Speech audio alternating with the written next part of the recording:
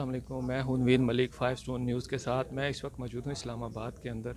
यहाँ पे आज एक वर्कशॉप का इत्माम किया गया, climate change with media training workshop. तो हमारे साथ इस मौजूद हैं रिता कियानी साहिबा, जो रिसर्चर हैं क्लाइमेट चेंज के ऊपर। इनसे हम बात करेंगे ये जो आज की जो वर्कशॉप थी, स्पेशली तौर पे जो है जो फीमेल जर्नलिस्ट हैं उनको ये इनवाइट किया गया यहाँ पे। और डेफिनेटली हमसे पूछेंगे कि कैसी रही आपकी वर्कशॉप्स, और क्या ये मुस्तकबिल में भी आगे भी ये वर्कशॉप्स होनी चाहिए, और इनसे क्या फ़ायदा होगा क्लाइमेट चेंज और मीडिया बेनिफिट। अस्सलाम वालेकुम। वालेकुम सलाम, थैंक यू सो मच।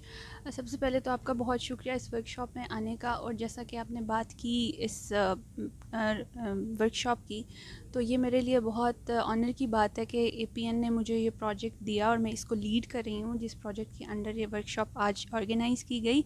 और रिस्पांस बहुत ओवरवेलमिंग था। स्पेशली हमने देखा कि हमारे पास ज़्यादा पार्टिसिपेशन फ़ीमेल जर्नलिस्ट्स की थी, जो कि बहुत ही एक अच्छा पॉजिटिव रिस्पांस रहा। इसके अलावा हमारे पास हेल्थ सेक्टर से लोग थे, स्टूडेंट्स, यंग स्टूडेंट्स थे हमारे पास, जिससे ये अंदाज़ा होता है कि लोगों का रुझान जो है वो क्लाइमेट चेंज की तरफ बढ़ रहा है।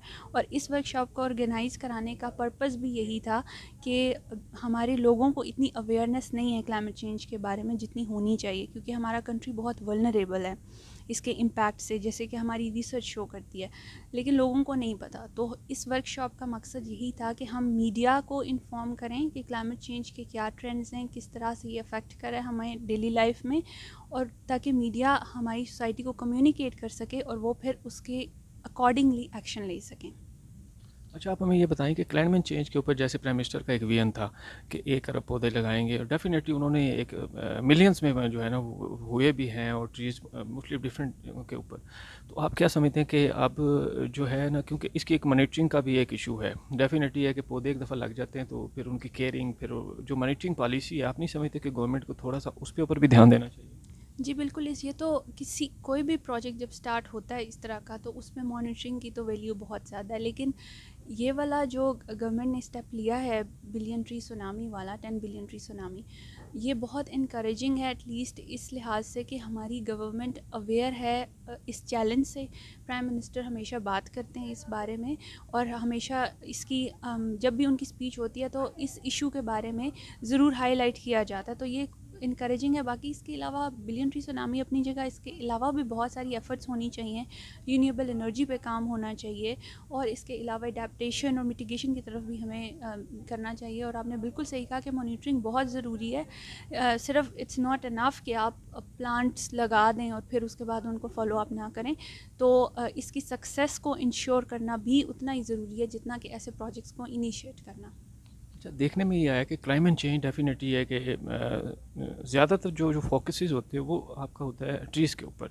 तो कि यहाँ पे पानी का भी इशू है, डेफिनेट ग्लेशियर्स हैं बड़ी तेज़ी से पिघल रहे हैं। तो आप नहीं समझते कि अब क्लाइमेट चेंज को थोड़ा सा इसे हट के भी काम करना चाहिए? ट्रीज़ का तो चलो एक प्रोजेक्ट है बहुत बड़ा, वो तो चल रहा है डेफिनेटली। तो अभी जो बाकी जो इन्वायरमेंटल चेंजिंग आ रही हैं जो पूरी दुनिया में इस वक्त है, तो पाकिस्तान भी उसके अंदर है। आप नहीं समझते कि बाकी चीज़ों पर भी काम होना चाहिए? जी बिल्कुल। यही, जैसे कि मैंने कहा कि ये तो एक आस्पेक्ट है ना, एक तरीका है, एक एफ़र्ट है कि जिससे हम क्लाइमेट चेंज के में थोड़ा सा कंट्रीब्यूट कर सकते हैं। इसके अलावा बहुत सारी चीज़ें हैं जिनको प्रैक्टिस करने से, इवन हमारी डेली लाइफ में बहुत सारी चीज़ें हैं जिनको करने से हम अपनी कंट्रीब्यूशन दे सकते हैं। सबसे पहले तो हमें अपना पर कैपिटा एमिशन कम करना चाहिए, कि हर बंदे को कोशिश करनी चाहिए कि जैसे डॉक्टर शौकत ने अपनी प्रेजेंटेशन में ग्रीन हाउस गैसेस के बारे में बताया, तो हर बंदा, हर बंदे की एक पर कैपिटा एमिशन है जो वो करता है अपनी एक्टिविटी से। तो हमें उस पर एम्फसाइज़ करना चाहिए कि हर इंसान की पर कैपिटा एमिशन कम हो, हम क्लीन फ्यूल यूज़ करें, हम एनर्जी सेव करें, हम रीन्यूएबल एनर्जी ऑप्शंस की तरफ जाएं, ताकि ओवरऑल जो हमारे इन्वायरमेंट पे इम्पैक्ट आ रहा है जिसकी वजह से क्लाइमेट चेंज होता है, तो उसको कम से कम किया जा सके।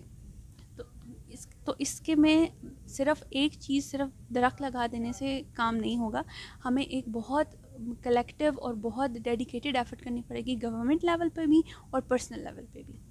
जी, ये हमारे साथ थी रिदा कियानी साहबा, और उनका भी यही कहना है कि अभी क्लाइमेट चेंज के ऊपर बहुत सारा काम करना है। कि ट्रीज़ है, डेफिनेटली यहाँ पे जो ग्लेशियर्स बड़ी तेज़ी से पिघल रहे हैं, और जो वाटर सेविंग नहीं हो रही है, तो डेफिनेटली ये आने वाले टाइम में पाकिस्तान के लिए बड़ी मुश्किलात खड़ी हो सकती हैं। तो इन पे भी अब क्लाइमेट चेंज को काम करना चाहिए। जी।